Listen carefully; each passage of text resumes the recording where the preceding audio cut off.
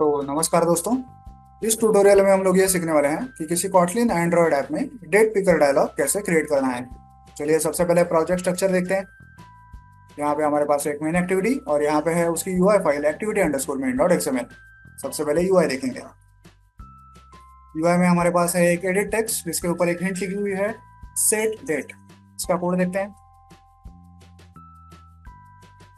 यह है constraint layout और उसके अंदर है एक एडिट टेक्स्ट। इस एडिट टेक्स्ट में हमने हिंट लिखी हुई है सेट डेट। ओके, अब देखते हैं कॉटलिन कोड। यह है इंपोर्ट्स, यह है मेन एक्टिविटी। डेटा मेंबर्स में हमारे पास है एक एडिट टेक्स्ट और एक डेट पिकर डायलॉग। सबसे पहले ऑन क्रिएट फंक्शन में हम लोग यूआई फाइल को सेट करते हैं जो कि है activity underscore main dot XML. उसके बाद एडिट टेक्स्ट का व्यू फाइंड आउट करते हैं और फिर edit text dot request focus function को कॉल करते हैं। ये हम क्यों करते हैं? देखिए, ये जो एडिट टेक्स्ट है इसे यूजर को 2 बार क्लिक करना पड़ता है, तब जाके इसके ऊपर डेट पिकर डायलॉग शो होता है। ऐसा क्यों होता है? सबसे पहला क्लिक हमें करना पड़ता है ताकि जो पूरे ऐप का जो फोकस है वो इस एडिट टेक्स्ट पे आ जाए। ओके, और सेकंड क्लिक हमें करना पड़ता है ताकि डेट पिकर डायलॉग शो हो सके। तो ये जो पहला क्लिक है वो ना करना पड़े, वो मेहनत यूजर की बच जाए, इसके लिए हम लोग पूरे ऐप का जो फोकस है वो बाय डिफॉल्ट इस एडिट टेक्स्ट पे लाना चाहते हैं। इसके लिए हम लोग क्या करते हैं, इस फंक्शन को कॉल करते हैं रिक्वेस्ट फोकस। इससे क्या होता है, ऐप का जो फोकस होता है वो बाय डिफॉल्ट एडिट टेक्स्ट पे ही रहता है। तो अब हमें इस एडिट टेक्स्ट को 2 बार क्लिक करने की जरूरत नहीं है, सिर्फ 1 बार क्लिक करने पे ही जो डेट पिकर डायलॉग है वो यूजर को दिखाई देगा। आई होप आप ये समझ गए होंगे। इसके बाद जब भी यूजर एडिट टेक्स्ट को क्लिक करता है तब हम लोग इस open date picker dialog function को कॉल करते हैं। अब देखते हैं ये open date picker dialog function क्या करता है। सबसे पहले हम लोग कैलेंडर का एक ऑब्जेक्ट बनाते हैं। उसके बाद आज की जो डेट है उसका डे, मंथ और ईयर हम लोग इसमें कैप्चर करते हैं कैलेंडर फंक्शन के ऑब्जेक्ट से। ओके, ऐसे डे, मंथ और ईयर आज का कैप्चर करते हैं। उसके बाद क्या करते हैं, उसके बाद जब भी यूजर को ये डेट पिकर डायलॉग दिखाया जाता है और यूजर कोई डेट सिलेक्ट करता है तो वो सिलेक्ट की हुई डेट हमें इन 3 वेरिएबल्स में मिलती है। इसमें हमें क्या क्या मिलता है, जो भी यूजर ने डे सिलेक्ट किया है वो, जो भी मंथ सिलेक्ट किया है वो, और जो भी ईयर सिलेक्ट किया है वो। ऐसे 3 वेरिएबल्स हमें यहाँ पे मिलते हैं। तो हम लोग क्या करते हैं, देखिए ये जो मंथ है ना, जो मंथ हमें ये डेट पिकर डायलॉग प्रोवाइड करता है वो कैसे प्रोवाइड करता है। अगर यूजर ने जनवरी मंथ सिलेक्ट किया है तो जनवरी मंथ कितवा मंथ होता है, किसी ईयर का फर्स्ट मंथ होता है, राइट। लेकिन डेट पिकर डायलॉग में वो 0th मंथ होता है। जनवरी होता है 0, फेब्रुवरी होता है 1, मार्च होता है 2।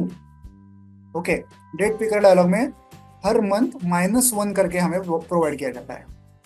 तो ये हमें ऐसा नहीं चलेगा, राइट। हमें जो डेट दिखानी है फाइनल, उसमें हमें ऐसे -1 करके मंथ नहीं दिखाना है। तो हम लोग क्या करते हैं, अपने आप से खुद से इस सिलेक्टेड मंथ में +1 करते हैं, ताकि अगर जनवरी हमने सिलेक्ट किया है यूजर ने तो अब वो हमें 0 प्रोवाइड करने वाला है मंथ, तो वो 0 में हम लोग +1 करते हैं तो जनवरी क्या हो जाता है, फर्स्ट मंथ हो जाता है, जो कि करेक्ट है।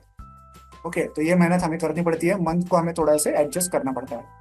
उसके बाद मंथ और डे के लिए हम लोग ऐसे 2 स्ट्रिंग वेरिएबल्स बनाते हैं। क्यों? क्योंकि हमें इस पे कुछ आगे ऑपरेशंस करने हैं और फाइनल जो हम लोग डेट दिखाने वाले हैं वो भी स्ट्रिंग फॉर्मेट में होने वाली है, इसलिए हम लोग ऐसे स्ट्रिंग्स बनाते हैं।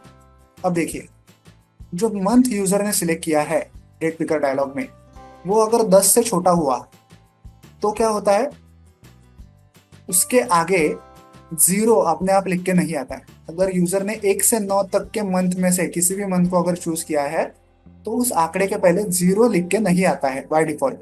तो इसलिए हम लोग खुद से ऐसे 0 अपेंड करते हैं उस मंथ के पहले। ओके, वैसे ही जो डे यूजर ने सिलेक्ट किया है वो अगर 10 से छोटा हुआ तो बाय डिफॉल्ट उस आंकड़े के पहले 0 लिख के नहीं आता है, इसलिए हमें खुद से ऐसे 0 अपेंड करना पड़ता है उस डे के पहले। तो यहाँ पे हम लोग क्या करते हैं, जो भी डे और मंथ यूजर ने सिलेक्ट किया है वो 10 से अगर छोटा हुआ तो उस आंकड़े के पहले हम लोग ऐसे 0 लिखते हैं खुद से। ओके, और फाइनली हम लोग जो डेट है उसको ऐसे यहाँ पे लिखते हैं एक वेरिएबल में। डेट नाम का वेरिएबल बनाया है और उसमें हम लोग फाइनल डेट लिखेंगे जो यूजर ने सिलेक्ट की है। और डेट का फॉर्मेट हमने कैसे लिखा है, पहले डे लिखेंगे, फिर स्लैश लिखेंगे, फिर मंथ लिखेंगे, फिर स्लैश लिखेंगे और फिर ईयर लिखेंगे। मतलब day slash month slash year, इस फॉर्मेट में हम लोग डेट को लिखने वाले हैं। आप चाहे तो इस फॉर्मेट को चेंज भी कर सकते हैं, मंथ पहले कर सकते हैं, डे बाद में कर सकते हैं, ईयर पहले कर सकते हैं, ऐसा जो भी आप फॉर्मेट चाहें एडजस्ट अपने हिसाब से कर सकते हैं। तो हमें इस डेट वेरिएबल में जो यूजर ने सिलेक्ट की हुई डेट है वो यहाँ पे मिल गई है। सिंपली हम ये डेट जो है हमारे एडिट टेक्स्ट में शो कर देते हैं इस तरह से।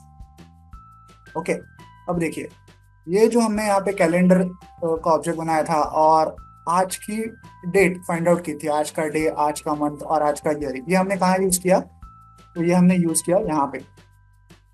इसका क्या यूज है? जब भी यूजर डेट पिकर डायलॉग को ओपन करेगा तो बाय डिफॉल्ट उसे आज की डेट ही सिलेक्टेड दिखाई देगी, इसलिए हमने यहाँ पे आज की डेट कैप्चर की थी इस तरह से। तो वो जब भी ऐप को ओपन करेगा और डेट पिकर डायलॉग को ओपन करेगा तब उसे उसमें आज की डेट ही सिलेक्टेड दिखाई देगी, वो उसे बाद में चेंज कर सकता है। ओके, और एंड में हम लोग क्या करते हैं, डेट पिकर डायलॉग का एक टाइटल सेट करते हैं, सिलेक्ट डेट ऐसा, और एंड में date picker dialog dot show function call करते हैं जिससे कि वो डायलॉग यूजर को स्क्रीन पे दिखाई देता है। आई होप आप ये कोड समझ गए होंगे। अब चलिए इस ऐप को मोबाइल डिवाइस पर रन करके चेक करते हैं। जैसा कि आप देख सकते हैं ऐप स्क्रीन पर रन हो चुका है और स्क्रीन के बीचों बीच हमें एक एडिट टेक्स्ट दिखाई दे रहा है। अब मैं इसे जब क्लिक करता हूँ तब मुझे एक डेट पिकर डायलॉग दिखाई दे रहा है जिसमें आज की डेट सिलेक्ट की हुई है बाय डिफॉल्ट 19 फरवरी। अब मैं चाहूँ तो इस डेट को मॉडिफाई कर सकता हूँ, मैं सिलेक्ट कर रहा हूँ 28 फरवरी और ओके कर रहा हूँ। देखिए 28/02/2025 ऐसी डेट सिलेक्ट करके आ गई है। तो आई होप आप ये कोड समझ गए होंगे। इस कोड को डाउनलोड करने की लिंक मैंने वीडियो के नीचे डिस्क्रिप्शन बॉक्स में दे दी है, आप चाहें तो वहां से कोड डाउनलोड कर सकते हैं। वीडियो को एंड तक देखने के लिए धन्यवाद, थैंक यू।